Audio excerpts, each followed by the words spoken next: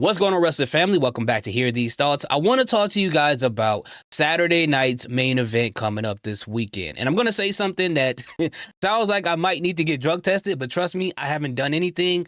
But I believe that Saturday night's main event this weekend could potentially be one of the, if not the best show WWE puts out this year. I know we just came off of a deadline high. I know that saying Saturday night's main event and best show of the year is kind of taboo. It's pretty blasphemous to a lot of people, okay? Because Saturday night's main event to some of you guys is a diet live show. It is a bootleg PLE, and it's left a bad taste in a lot of people's mouths given the type of shows they put on in the past year and some change, right? And I understand where people are coming from with that. But if we take an opportunity to have a little bit of amnesia and forget what we saw in the past year and some change and just look at the elements of this show, you would kind of agree that there is elements there. There's ingredients there to potentially make an amazing show, one of the best shows of the year. Now, this doesn't guarantee anything. I don't work for the creative, so I don't know what they're doing in there. But all I know is I can see when there's ingredients that can make a really, really good dinner, how they prepare it, how they cook it, how they serve it. That's on WWE. But let's just look at a couple of things and reasons as to why I'm willing to say something that outrageous, right? Let's just start off with the obvious thing, the obvious reason that everybody is going to watch this show, and that is that John Cena will have his final match this weekend. Now, the reason why I bring that up, because obviously that's a big deal, but that adds the emotional component to the show. And when a lot of people watch TV shows or watch any form of entertainment, they want to feel something, right? And John Cena's final match is going to make pretty much 99% of the wrestling fan base feel something. A lot of people have grown up watching John Cena, so to see his final match is going to be a crazy situation, you know, thinking about how it's going to affect people in the arena, thinking about how it's going to affect the people at home watching it on Peacock.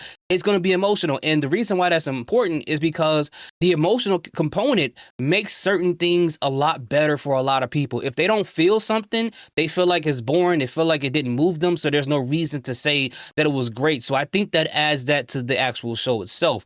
The other thing is the fact that we got Gunther versus John Cena. Now, I know a lot of people do not like the fact that Gunther is facing John Cena as the final match. You guys know me.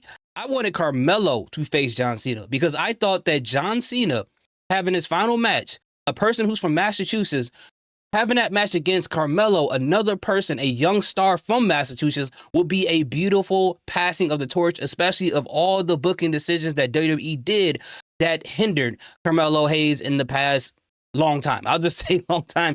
In my personal opinion, it will be an amazing moment. But even though I would have rather see Carmelo in this situation here, we gotta stop lying to ourselves. Okay, when it came to this tournament, Gunther has been putting on the best matches in this tournament so far. His match against Melo, his match against Solo Sikoa, which in my personal opinion was Solo Sikoa's best match on the main roster, right?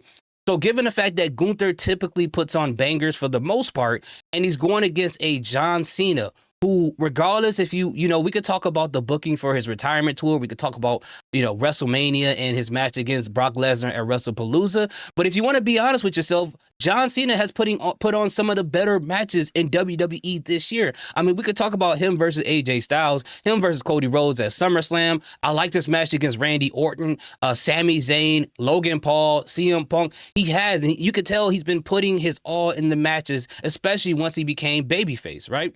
So if we know that John Cena is going to have this final match, and he knows, obviously, we all know, of course, right? That's the selling point of the show.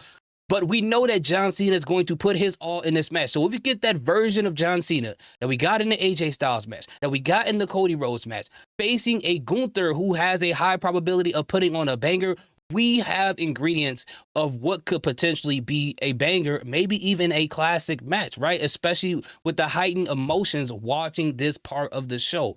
And it's commercial free, so they're going to get as much time as WWE wants to get them. There's not going to be that Goldberg treatment he saw at the other one.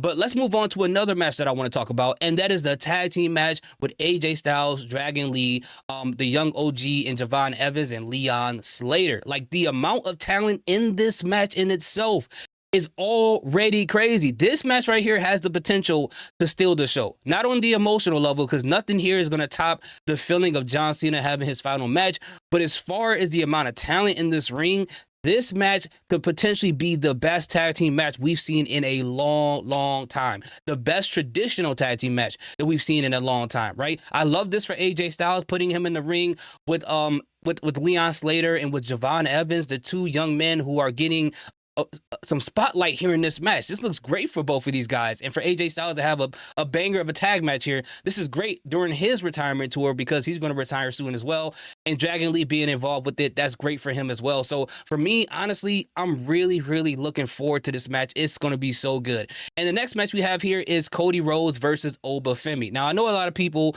like to say that Cody Rhodes is a boring wrestler. He's a boring this and that and the third. I completely disagree with all of that. But everybody can have their own point. But Cody Rhodes, to me, I like his in-ring style because it's a mixture of like old school wrestling with a little bit of technical wrestling combined. And a lot of people don't really straddle that fence like really well. It doesn't really mesh the two styles of wrestling together. And regardless of what you think, Cody puts on good matches, especially when there are big moments on the horizon. Like he does put on these great matches. I'm sorry. Like if you want to talk about obviously him versus Roman, him versus Kevin Owens, him versus John Cena at SummerSlam, like he puts on really good matches. And to have someone who's like this in a match with an Obafemi, the ruler that we all know he is, right?